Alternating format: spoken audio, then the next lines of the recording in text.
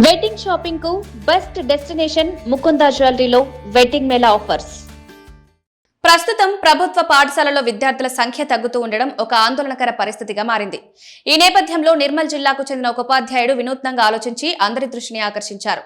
తన పాఠశాలను నిలబెట్టుకోవాలనే లక్ష్యంతో ఆయన అసాధారణమైన నిర్ణయం తీసుకున్నారు.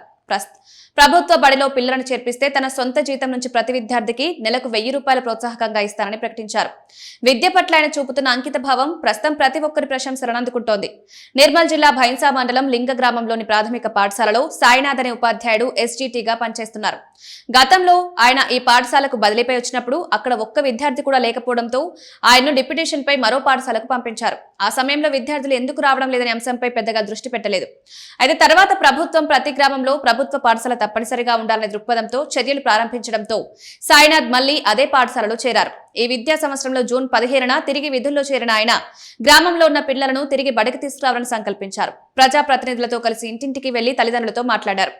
ఈ క్రమంలో విద్యార్థులను ఆకర్షించేందుకు ఒక కీలక నిర్ణయం తీసుకుని తన జీతం నుంచి ప్రతి విద్యార్థికి నెలకు 1000 రూపాయలు చెల్లిస్తారని ప్రకటించారు. పాఠశాలలో చేరే ప్రతి ఒక్కరికి ప్రయోజనం వర్తిస్తుందన్నారు. తాను ఈ పాఠశాలలో పనిచేసేంత వరకు ఈ సహాయం కొనసాగిస్తారని కూడా చెప్పారు.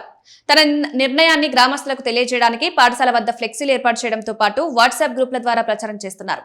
ఆయన చొరవకు స్పందించిన కొందరు తల్లిదండ్రులు తమ పిల్లలను పాఠశాలలో చేర్పించేందుకు ముందుకొచ్చారు. సమాజానికి మేలు చేయాలనే ఉద్దేశంతో తీసుకున్న ఈ నిర్ణయాన్ని గ్రామస్తులు అభినందిస్తున్నారు.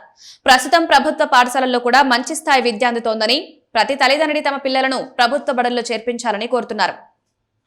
పాఠశాలలో విద్యార్థుల సంఖ్యను పెంచేందుకు చేస్తున్న ఈ ప్రయత్నానికి అధికారులు, గ్రామ ప్రజలు సహకరిస్తే బడిని మరింత అభివృద్ధి చేస్తారని విశ్వాసం వ్యక్తం చేస్తున్నారు.